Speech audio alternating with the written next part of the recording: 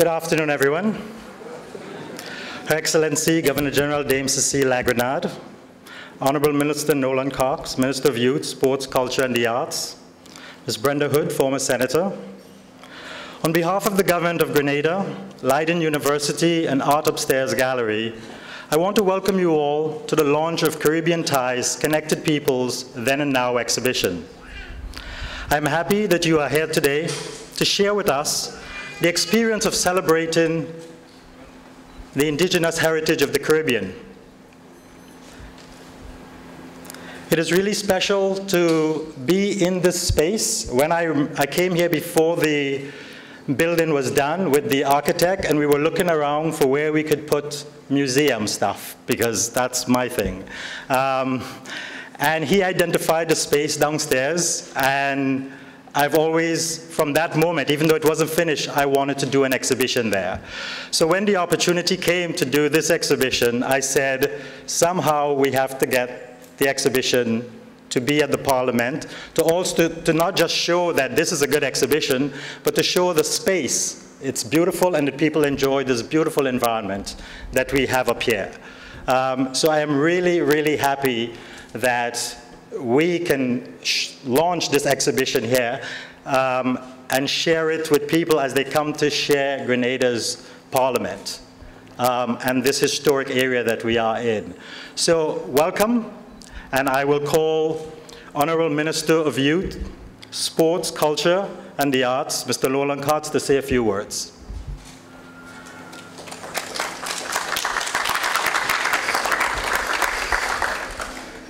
Thank you very much, Mr. Chair. Her Excellency Dame Cecile Grenada, Governor General of Grenada, Ms. Brenda Hood, Advisor to the Ministry, or the Minister for Tourism, and of course, who is a former Minister for Culture. She's my predecessor, so I can't leave her out. Dr. Hoffman and a team from Leiden University. Enthusiasts, patrons of our heritage, media personnel, pleasant evening, one and all.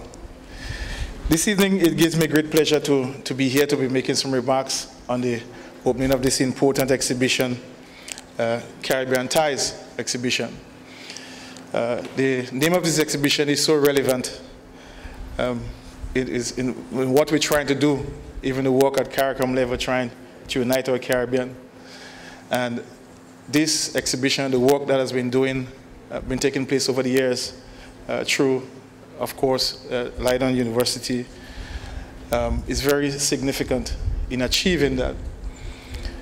Caribbean ties don't just speak to the ties of what takes place with the European countries and their interaction with our indigenous people, but also it also gives a snapshot of the ties between various Caribbean islands within the region. And also, even more recent, is speak about the ties that we have established with, of course, our partner, Leiden University, through this Nexus project. But I think it is very important, and I want you to at least give me an opportunity to share a round of applause for Mrs. Hood, who started this initiative through an MOU with Leiden University some years ago, and hence the reason why we are today. So I want to congratulate the former. Thank you very much for your intervention in that regard.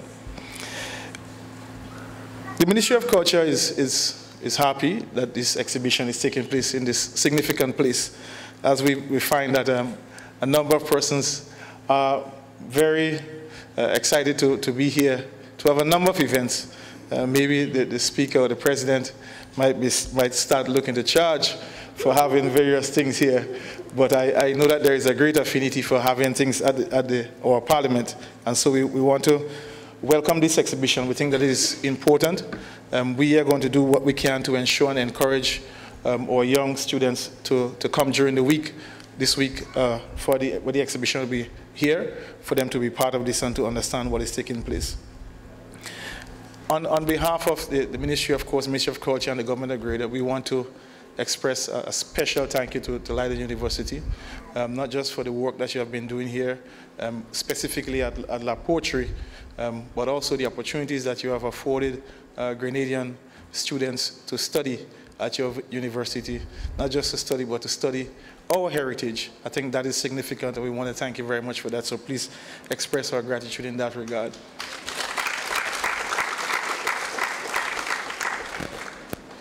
We are very much committed to our patronage, our heritage, and I know that one of the things that the ministry is focusing on right now has to do with how do we secure this, how do we protect what we have and what we haven't found as yet. And a lot of work has been going into it. Just recently, the Organization of American States, the OAS, they have some workshop that is going on, a legislative workshop. They're doing some work with various Caribbean islands, of course, including Grenada, in working on legislation to protect our heritage. There's a scheduled workshop to take place. They had invited me to be there in June, but I think they pushed it back to early August. So if I cannot make it myself, somebody from Legal Affairs is going to participate in that workshop as we build legislation to secure not just Grenada's heritage and culture, but also other Caribbean islands. So a lot of work is being done in the background to ensure that we secure this, and that is a top priority for the Ministry of Culture, that our heritage is secured and sustained so that our younger ones can share it. And just by the amount of persons here this evening is a clear testament that this is important to our people, and we want to thank you for coming here this evening. So the ministry is pleased, the government is happy to partner with Leiden University, and of course, persons who have contributed, who are very quiet. There are a number of persons who invest in our heritage, and sometimes they don't want their name to be called, but they just want to see the work to be portrayed, and we want to thank them for that. And so we are pleased to be part of this, and we are going to make a commitment to give support wherever necessary going forward to ensure that this succeeds. So thank you very much, and do have a wonderful evening.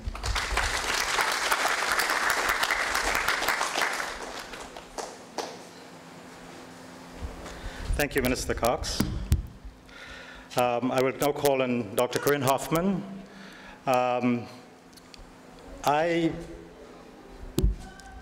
It's been a number of years. I guess I could tell the story. I was at the museum at the time, and Dr. Hoffman, Dr. Hoagland walked into the museum, and they said they needed somebody to sign because they wanted to take some artifacts out of the island to do some studies on.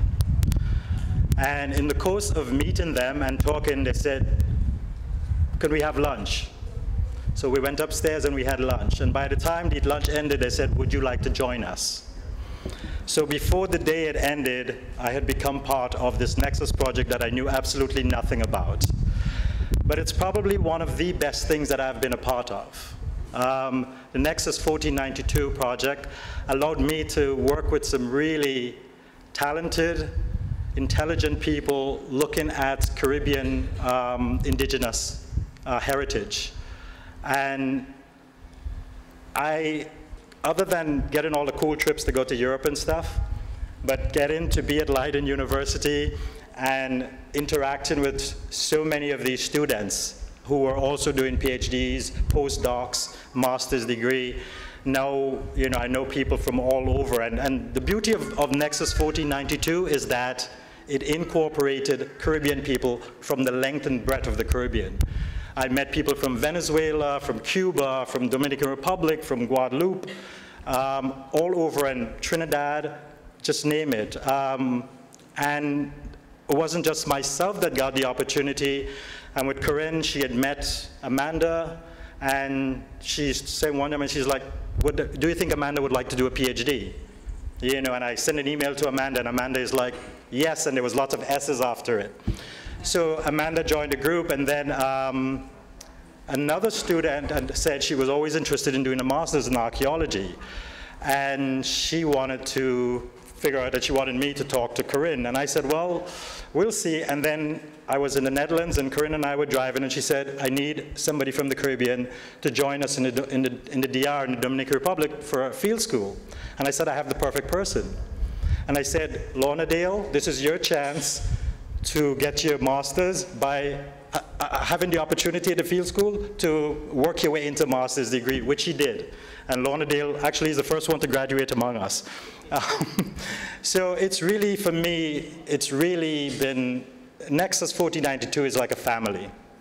And I can count Jan and Tibisai as colleagues for probably the rest of my life, and friends, because it's really been special. I have traveled with them at all different conferences. I went to do research in France, and I didn't know French or speak French. A Haitian colleague who's also doing his PhD, he accompanied me, so we both went and we were able to get stuff done. So it's really been a tremendous experience. And I thank Dr. Hoffman tremendously for giving me that opportunity to contribute the knowledge that I have and to share that with others and to learn as well. So I would like Dr. Hoffman, and Menno as well has been, Menno, how would I say, Menno takes care of so many things. You do not go into a hardware store with Menno and get just what you're supposed to get. Menno looks around at everything we can use for something else that we might run into later on. It has really been a pleasure working with both Corinne and Menno. They've allowed me to even stay in their home. So it's really been like a family. It's not just a school environment. We all find events to hang out at, and conferences, there's just always so many of us. It's like the Leiden group. There's just so many of the Leiden folks all around at these conferences. So it's really been a tremendous opportunity for me, and I am so happy that we could bring this exhibition as a culmination of the work that we've been doing.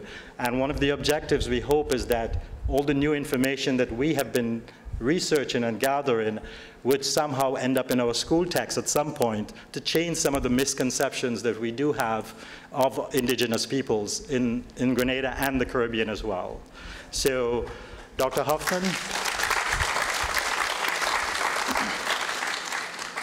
please come up. Thank you very much for all your kind words, but now back to business. So, Her Excellency Dame Cecilia Grenade, Governor General, the Honorable Mr. Nolan Cox, Minister of Youth, Sport, Culture and the Arts, Mrs. Brenda Hoots, former Senator, Ministry of Tourism and Culture, but foremost the community of La Poterie, our Grenadian friends, ladies and gentlemen. The European colonization of the Americas is one of the most transformative but neglected episodes in world history. The Caribbean was the port of entry to a universe of wealth that allowed for the construction of the largest colonial empires in the 16th century. Indigenous societies were suddenly and dramatically transformed. People responded to the colonial invasion in various ways and attempted to negotiate, sometimes successfully, interactions with Europe. Yet indigenous voices often remain marginalized in colonial and post-colonial writings, which are overwritten by stories of conquest and domination. At the arrival of Christopher Columbus in the so-called New World, the Caribbean islands were settled by Amerindian societies who had migrated to the insular Caribbean around between 8,000 and 4,000 years ago from different parts of South and Central America. Archaeological investigations evidence that the island of Grenada was settled by Amerindian communities from 2,000 years ago. However, paleobotanical cores from Lake Antoine suggest that the island's cape was transformed by humans already between 5,000 and 3,000 years ago. But until now, there is no archaeological confirmation for settlement at that time because of sea level rise and coastal erosion, and mangrove dynamics may have obscured this picture. The site of Pearls is certainly the most well-known early pre-colonial site in the Lesser Antilles for its rich and sumptuous material culture being reflective of a large gathering and feasting place. The site was clearly involved in a network of trade and exchange with neighboring islands, probably to maintain social relationship, exchange marriage partners, and create a safety net in times of natural hazards. By 1492, the island was inhabited by the Carib or Kalinago, who claimed to have come from the mainland several centuries before the arrival of the Europeans. Through archaeological research on Grenada, St. Vincent, and Dominica, we have correlated the so-called Cayo pottery to the historic Kalinago. Approximately 20 locations with Cayo pottery have been documented to date between Grenada and Guadeloupe. Our excavations at La Poterie have revealed a Kalinago village with an early colonial community involved in trade relationships with the mainland, the Greater Antilles, and with Europeans in the late 16th and early 17th century. While most of the areas around the Caribbean Sea were settled by the Spanish in the course of the 16th century, the Lesser Antilles at that time were known for slave raiding, but also functioned as a refuge for Amerindians who wished to escape from the Spanish oppression of their communities under the encomienda system in the Greater Antilles. Their lack of interest and subsequent failures to set the Lesser Antilles left them beyond their control until the 17th and even 18th century. The Lesser Antilles were long considered useless because of their lack of good resources, gold and pearls, and spices by the Spanish, and for circa 150 years they were the scene of Kalinago raids and Spanish counter-actions. The fierce resistance of the Kalinago made that some of these islands were only finally settled by the Europeans in the 1620s. And of course, St. Kitts was the first to be occupied by the English and then the French between 1623 and 1625, but Grenada was only settled by the French and English later, from on 1650s, and St. Vincent and Dominica were left for the Kalinago until the 1800s.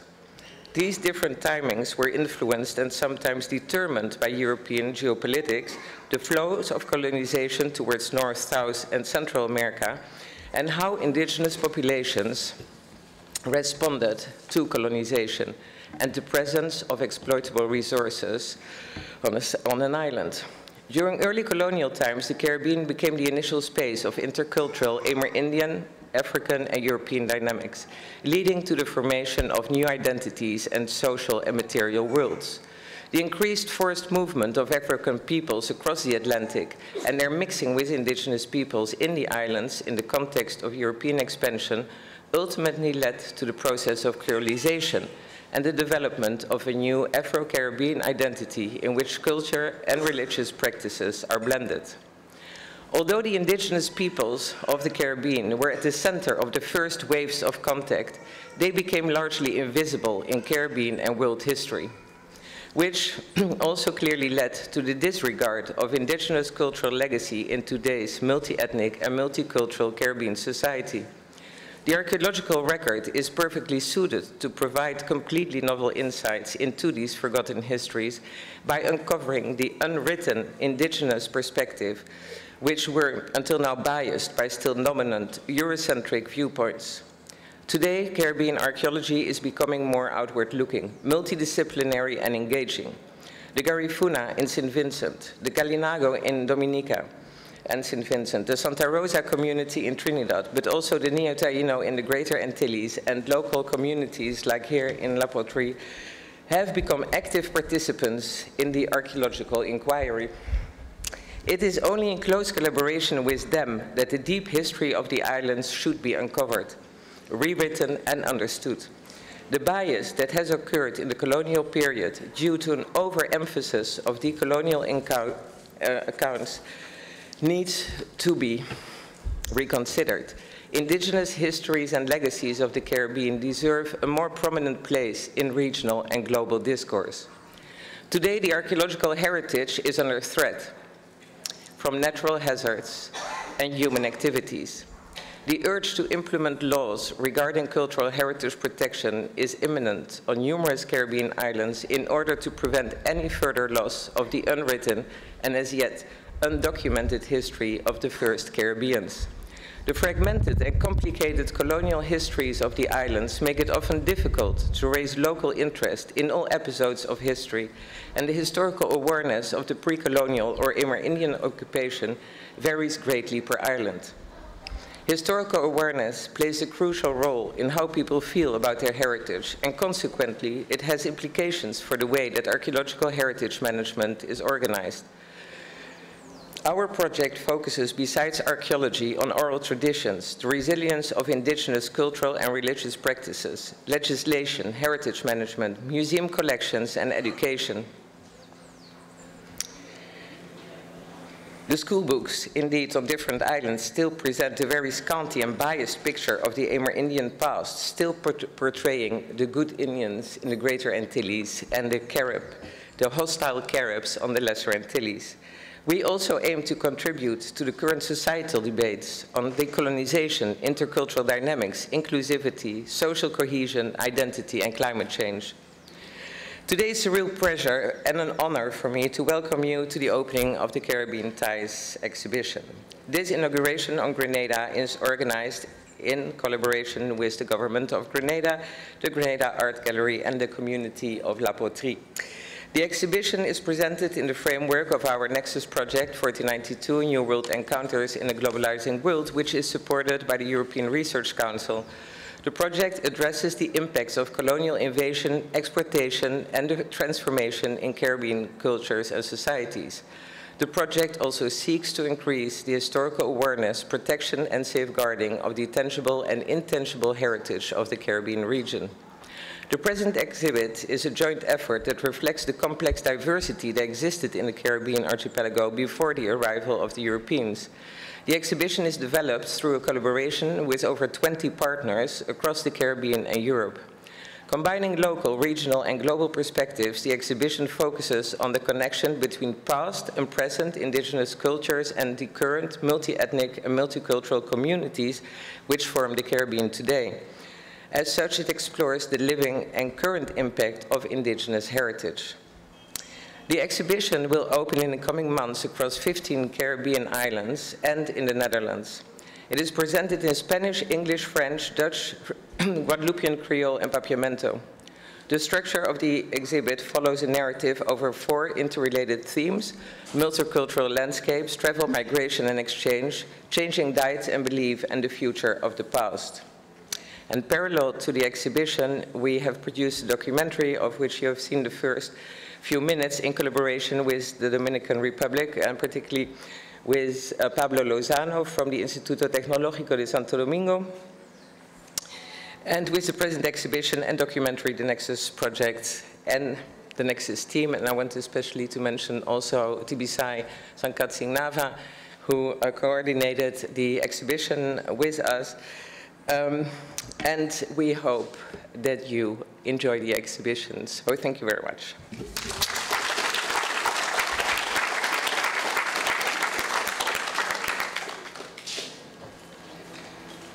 Thank you, Dr. Hoffman. Before I begin the official vote of thanks, I would like to say a few words, a sort of dedication, I suppose. I would like to begin with a quote from the late Nobel laureate Sir V.S. Naipaul from his book, Away in the World. Most of us know the parents and grandparents we come from, but we go back and back forever.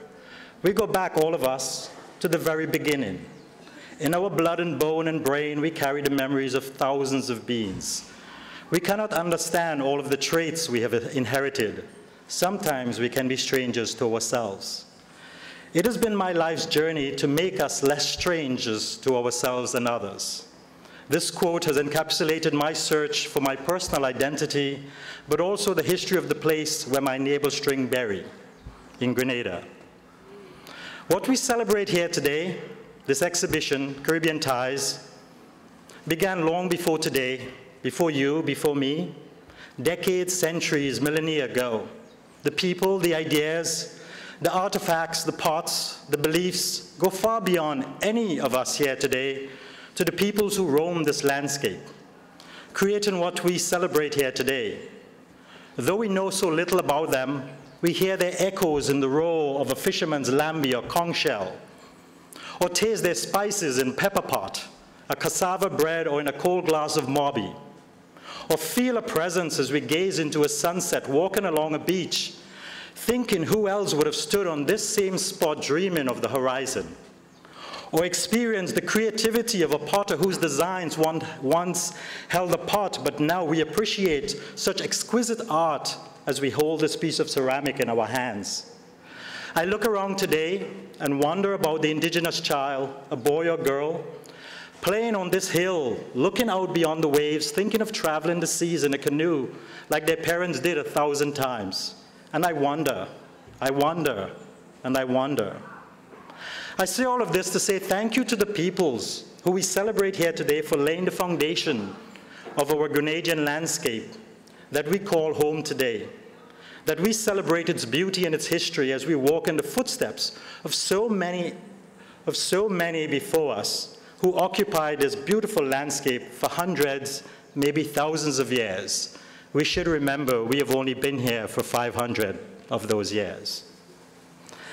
I would like to say thank you to everyone who has helped and played a role in the creation of this exhibit and the success of its launch today.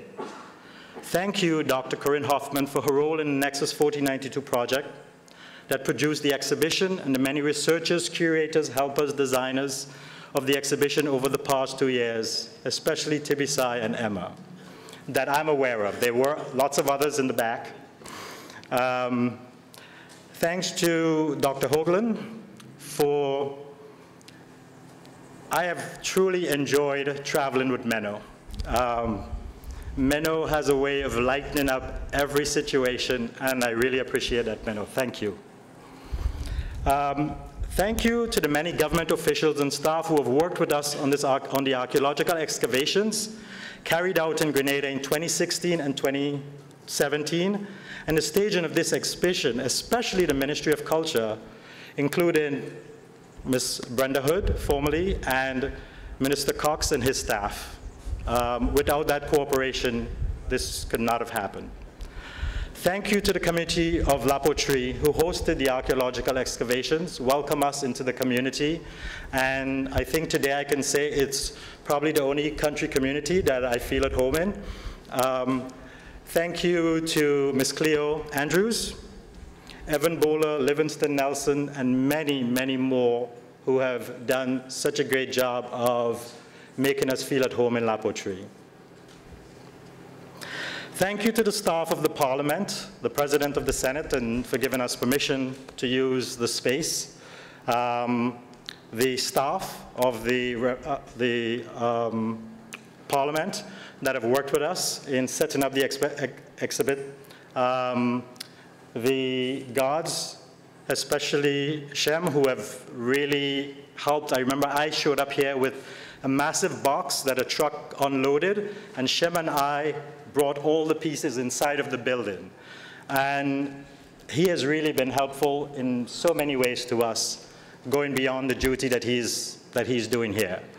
A special thank you to, I need to say a special thank you to my friends, who have always accepted my calls for help, no matter what I want them to do. I am blessed to have such good friends, and I really thank you guys for me to be able to count on you whenever. Peter and Twine, thank you for everything you have done. Raylene Lazarus decided she was going to volunteer, and I don't know why, but when she said she would help, I said, could you get refreshments? Because I really didn't want to have to do that. Raylene took it up, and Raylene ran with it, and we have food today. Teddy Frederick, our photographer, thank you for coming.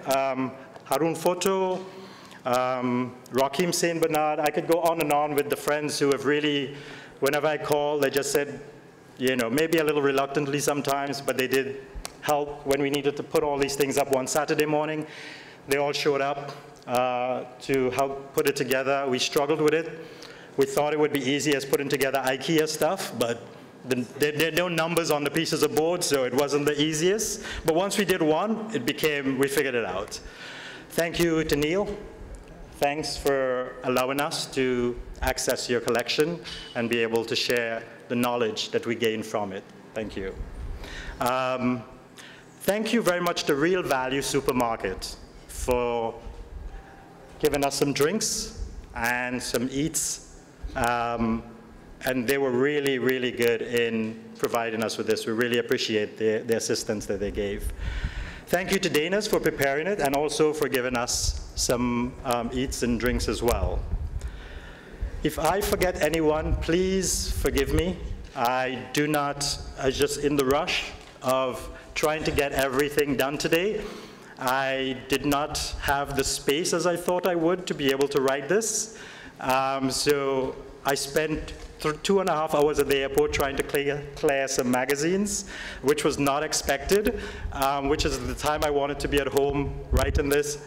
I apologize to anyone who I did not include in this. I invite you all to sample some of our drinks. We'll have some eats being taken around, and then to the exhibition.